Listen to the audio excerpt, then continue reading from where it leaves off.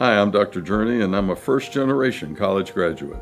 I'm Candace Bass, and I'm a first-generation college graduate. I'm Jancy Scott. I'm a first-generation college graduate. My name is Joni Giger, and I'm a first-generation college graduate. I'm Dr. Gail Nash, and I'm a first-generation college graduate. I'm Brittany Nixon, and I'm a first-generation college graduate. I am Tina Wynn, a first-generation college graduate. I'm Will Blanchard, and I'm a first-generation college graduate. My name is Sarah Horton, and I'm a first-generation college graduate. I always knew I was going to college because my dad worked at a plant on the other side of town. And every Friday, he would drive across town over to our house, pick up me or my brother and my sister, and take us to the bank and show us that he was depositing money into our college fund.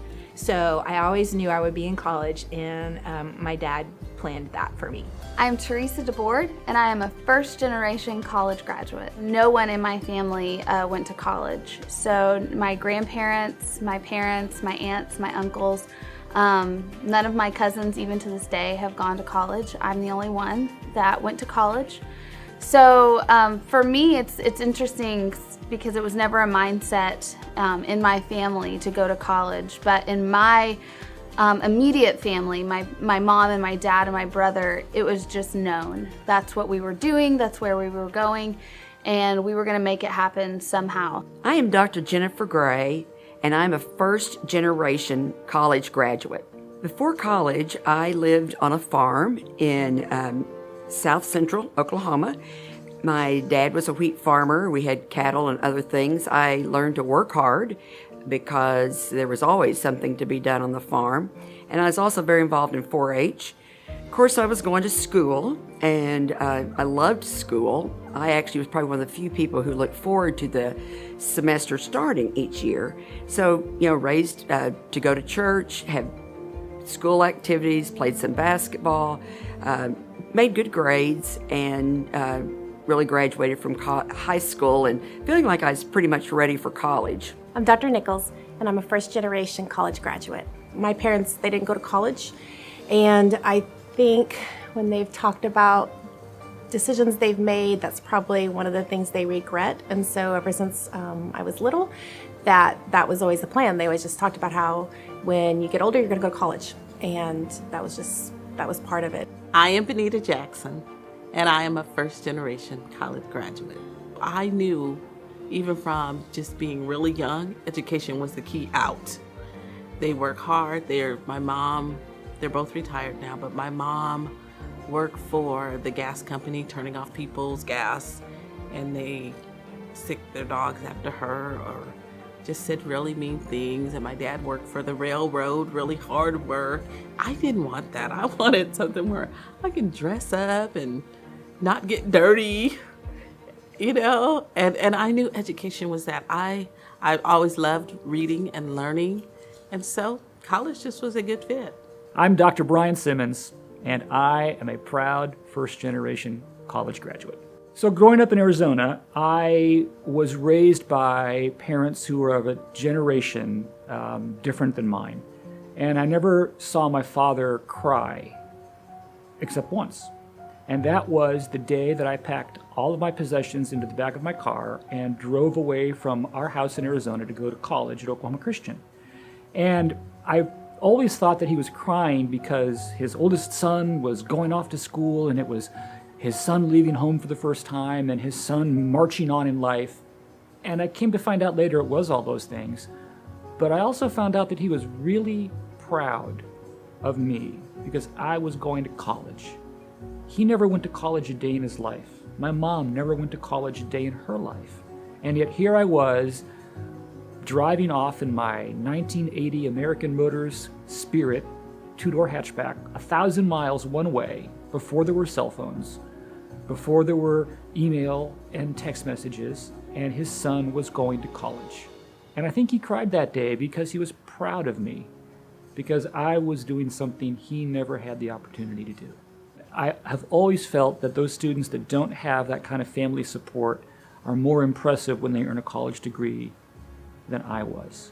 And so although there may be students that have stories similar to mine, I think the parental support makes all the difference in the world. And I would want a college student who is the first one in his or her family to go to college to hear me say that if your parents are not as supportive in whatever way, you can still be successful. You can still make it through college. It's just a harder path, but it's a path worth walking. I'm Keisha Golden, and I'm a first-generation college graduate. I've grown up in a home that had a lot of trauma in it. There was a lot of inconsistencies in my home. I did not think that I was going to come to college. I thought military was going to be the option for me because that's all I knew. So I really didn't have a ton of thoughts about college besides small kid dreams. I am Brian Williams, and I am a first-generation college graduate.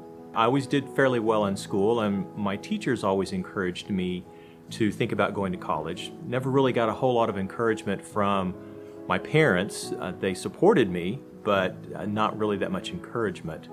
And so when I was in high school, I always thought that either I was going to have to get some sort of scholarship from athletics, cross-country and track, or I was needing to do well enough in my grades to be able to get some sort of scholarship. Neither one of those really panned out, but I did decide to go ahead and go to college anyway. I'm Dr. Bill Arbuckle, and I am a first-generation college graduate. Growing up, I knew that we did not have the money for college, and my way to get an education, to get my education paid for, was the military. So I chose my senior year to enlist in the Air Force,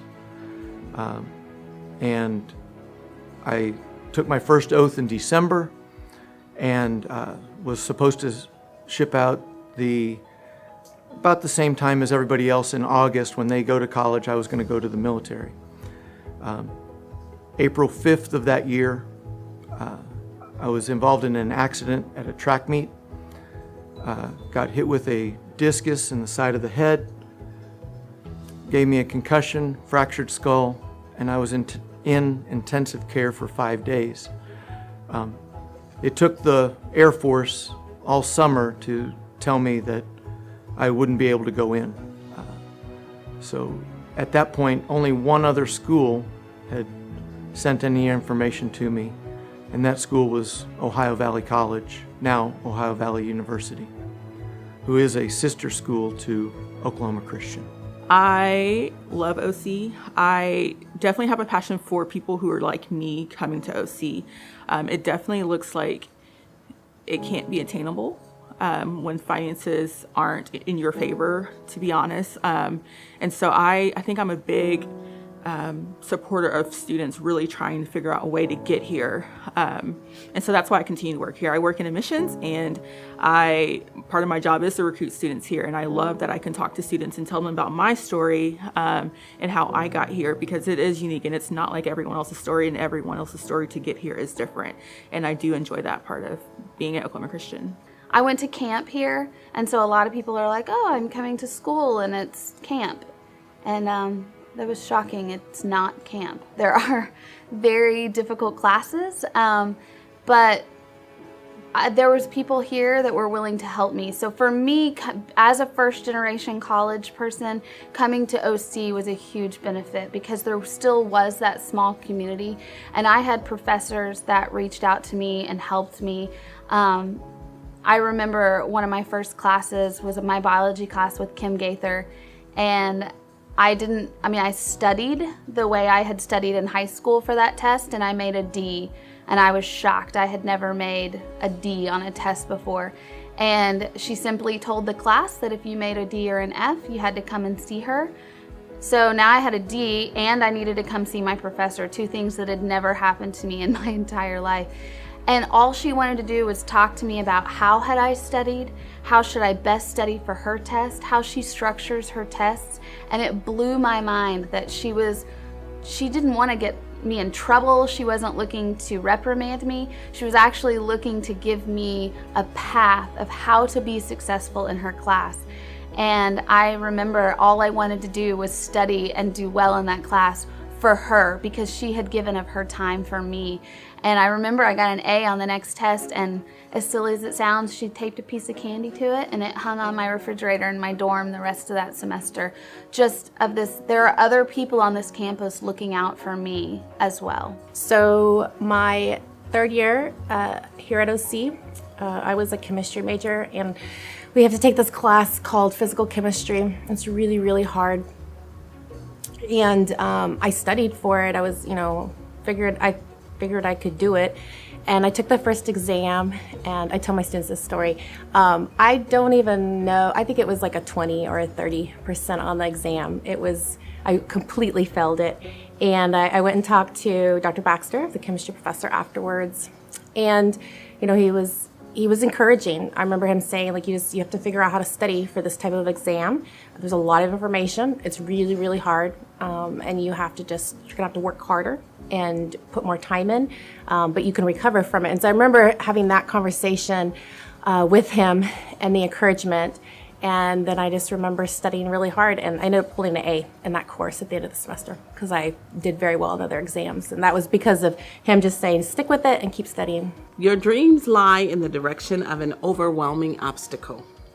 If you go toward it today, you will bring God honor, and you will experience life marked by miracles as God intervenes on your behalf. Every day, because I'm who God made me to be, I find joy. Whether it's a piece of chocolate or reading a book or just spending time with friends. That's so important. And I think OC helps people understand that. This is your life. It's not when you get 30 or 40 or 50. It's now. Enjoy it. To someone who is thinking about dropping out of college, here's what I would say.